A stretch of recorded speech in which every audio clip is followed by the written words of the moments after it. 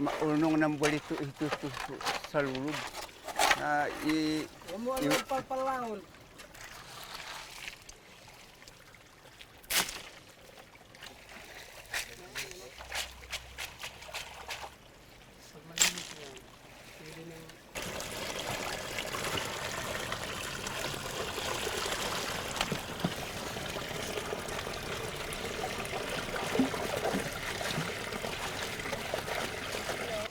Si Eduardo ay katutubong tuwali, galing Ifugao.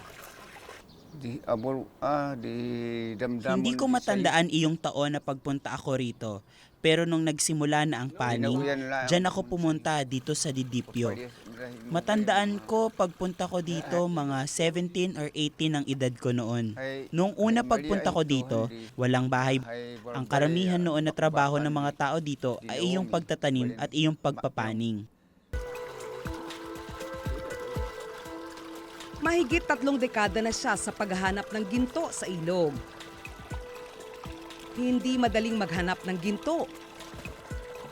1,500 pesos ang bawat gramo nito. Maswerte na kung kumita siya ng 1,000 piso sa loob ng 1 linggo. Ayun lang ako nakakita.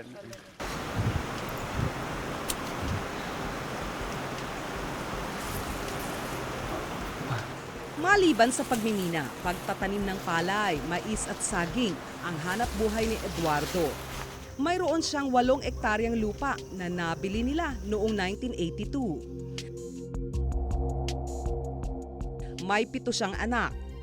Yung ginagawa ng Inalok si Eduardo ng Oceana Gold Corporation noong 2006 ng 2 milyong piso. Interesado ang mining company na bilhin ang kanilang lupa. Tumanggi siya at nakipagkasundo na paupahan na lang sa mining company ang lupa sa halagang 100,000 pesos.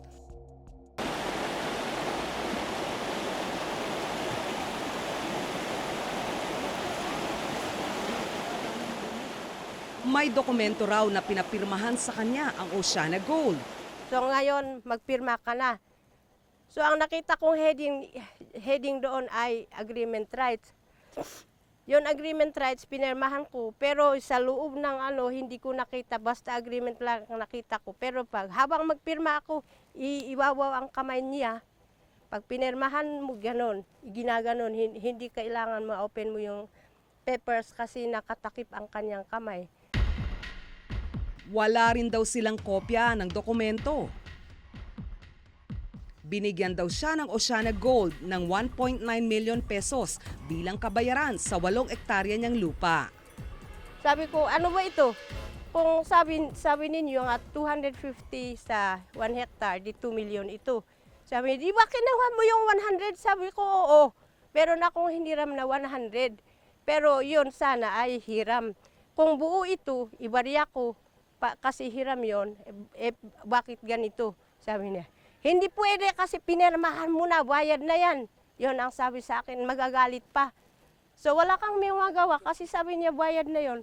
Pero sa katotohanan lang, hindi bayad yon kasi pagbayad ay deed of absolute sale. Di ba ganon?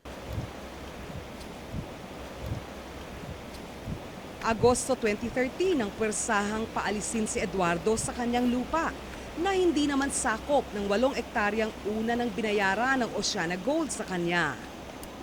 Ayaw na sa security po na korda. Noong nilapitan nila ako, ganun na hinahawakan nila ang aking kamay. Diyan ako dadapa at sumisigaw ako. Wala naman akong kasalanan, sir. Pupunta lang ako sa daanan lang at pupuntahan ko iyong pananim. Narinig ko yung isang security na posas-posas at noong dumapa ako, nasugat iyong kamay ko at saka iyong paa ko.